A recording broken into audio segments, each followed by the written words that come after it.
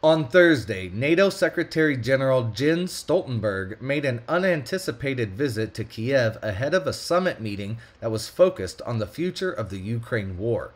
He joins a growing list of officials who have recently traveled to the region in an effort to sway the momentum as the conflict enters a new phase, U.S. News reported. In a recent visit to Kyiv, the NATO Secretary-General Stoltenberg expressed his pleasure to meet with the Ukrainian President Volodymyr Zelenskyy, and then he tweeted that it was an honor to be back in Kyiv. He also made a bold statement that Ukraine belongs in NATO and that their support will make this possible over time. Although NATO is not directly involved in the Ukraine conflict, they have been instrumental in organizing Western support for Ukraine against Russia's invasion, including training Ukrainian troops and facilitating weapon shipments.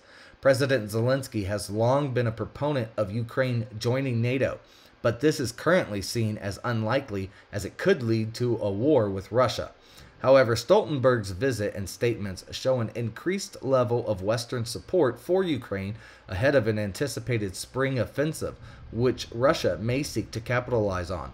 According to a diplomatic source cited by Russian state news service TASS, Stoltenberg's visit to Ukraine was viewed by the Kremlin as another example of NATO's special attention to the country.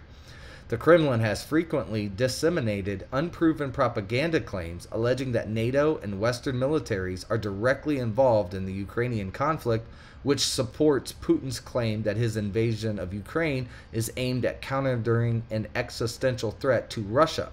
Now, the source suggested that Stoltenberg's visit was the final stage in preparing for the meeting of the U.S.-led Ukraine Contact Group in Ramstein, Germany, where military support measures for Ukraine would be discussed in anticipation of a potential Ukrainian army counteroffensive.